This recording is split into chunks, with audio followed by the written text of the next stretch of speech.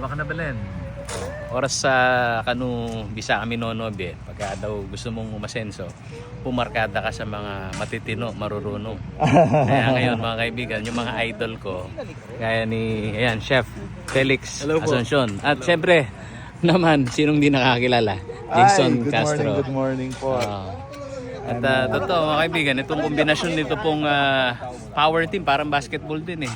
Kita ho ninyo kung paano ho nagsisimula yung kanilang araw. Ano meron dyan? Bakit merong naghuhukay? Ikaw na magpaliwanag, idol? Groundbreaking ng restaurant dito sa Casa Esmeralda. So pangalan niya is Esme, short for Esmeralda Esme. And then yun, I think mas mapapaliwanag ni Sir Felix yung Chef, gagawin namin dito. Anong mga inspirasyon nyo dito? Kasi naiintindihan natin, kahit hindi natin nakuha yung pagsasabatas na culinary capital. Yes. Yung Pampanga talaga namang kinikilala sa mga destinasyon na andyan, food hub. Yes. Ano meron dyan? Ganun din ba? Oo, sabi nga, di ba, hindi na natin kailangan pagmayabang na manyaman ng pagkain ng Kapampangan. But this time around, maybe, what we can share is yung manyaman na masustansya pa. Uy. So, we're creating and crafting mga modern cuisines and menu na only at Esme lang nila matitikman. So, yeah, let's all be excited to this project. And yeah. Bago sa pandinog ko yun yung pastor, di ba? Pagka pinag-uusapan natin pagkain, okay, meron dyan health conscious, di ba? Masarap pero healthy. Yeah, definitely. Of course, we have to take care of our bodies because our bodies are the temple of the Holy Spirit. Amen. So, napaka-importante that we will not just prosper spiritually, but also physically. And I believe itong Esme, it will be a place where people magiging healthy sila. So, God bless you po.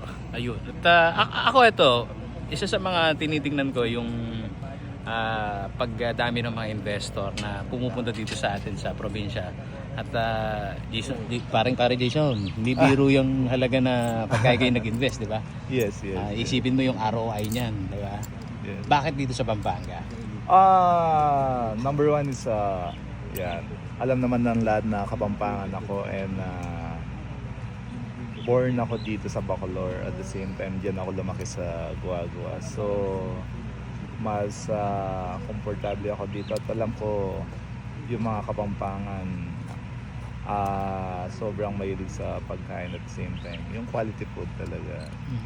And mas ito yung ito yung home ko yung Pampanga. Lahat ng mga tao dito halos kakilala. At the same time komportable ako dito talaga. Kaya mas dito ako nag-i-invest talaga. Dito sa mga taga-subaybay natin kasi lahat ng ginagawa natin diskarte sa buhay. At gaya ng game ball sa basketball. Anong klaseng game ito? May triangle offense. Lalo na sa paghahawak mo ng karera. Ito, marami magbibigyan na tayo ng inspirasyon. Kasi merong humawak ng bola, nakilala, naging star. Bukas makalawa, yun. Hindi alam hinawakan ng pera. Diba? Actually, yun yung alos sa karamihan before ng mga basketball player, di ba? So, for me, alam naman ng lahat na nag-start ako sa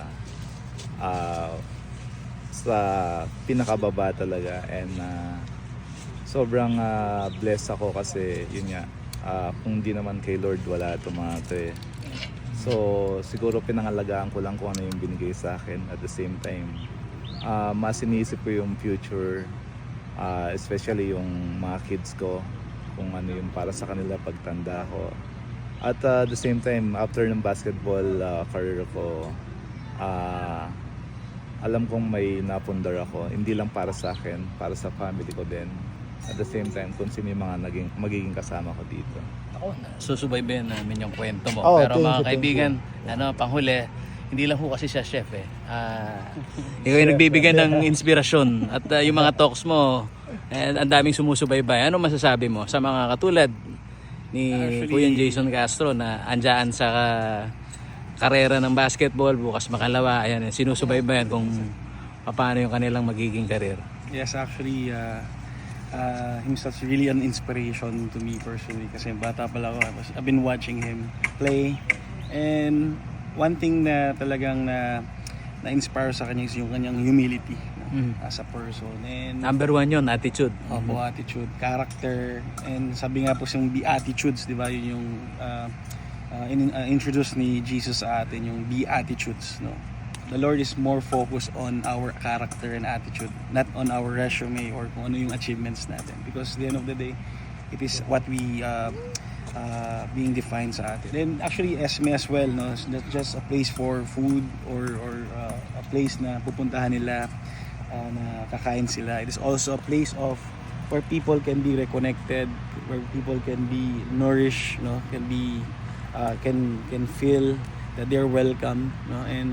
And this is really a very exciting project because many families will be restored, rebuilt at the same time, will be reconnected at this place. So be excited, no, not just the food that we're about to serve, but also the quality service. Actually, we define ESME.